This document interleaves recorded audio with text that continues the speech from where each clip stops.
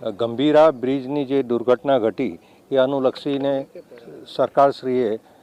તમામ કલેક્ટરશ્રીઓને આદેશ આપ્યા કે જાતે બ્રિજની મુલાકાત લે ટેકનિકલ પર્સન સાથે. એટલે શનિવારથી આપણે મુલાકાત લેવાનું ચાલુ કર્યું છે અને બધા બ્રિજ જોવાઈ ગયા છે અને કેટલાક બ્રિજનું રિપેરિંગ કામ માંગે છે અને એક બ્રિજ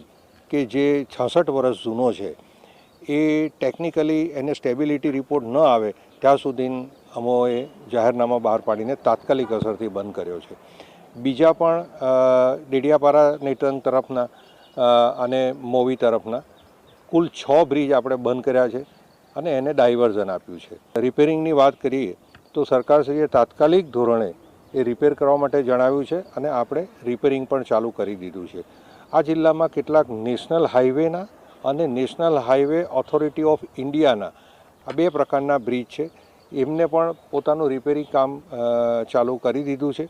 અને આવનારા દિવસોમાં લોકોને અગવડ ન પડે એ માટેના તમામ પ્રયત્નો ચાલુ છે. રોડ પર જે ખાડા ખૂબ વરસાદને કારણે જે ખાડા થયા છે એ પણ પેચવર્ક ચાલુ છે અને આ વખતે આપને જાણીને આનંદ થશે કે અમે લોકોએ સિમેન્ટ કોન્ક્રીટથી આ પેચના ખાડા પૂર્યા છે એટલે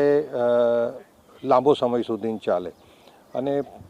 એવી રીતે ડાયવર્ઝન કર્યા છે બ્રિજના કે લોકોને અગવડ ન પડે અને સુચારુ રૂપે ટ્રાન્સપોર્ટેશનની વ્યવસ્થા જળવાઈ રહે. આપણે કરજણ નદી પર છે કે જે રાજપીપળાથી આપણે અંકલેશ્વર તરફ ઝઘડિયા તરફ જઈએ છીએ એ નવા બ્રિજની માંગણી છે, પરંતુ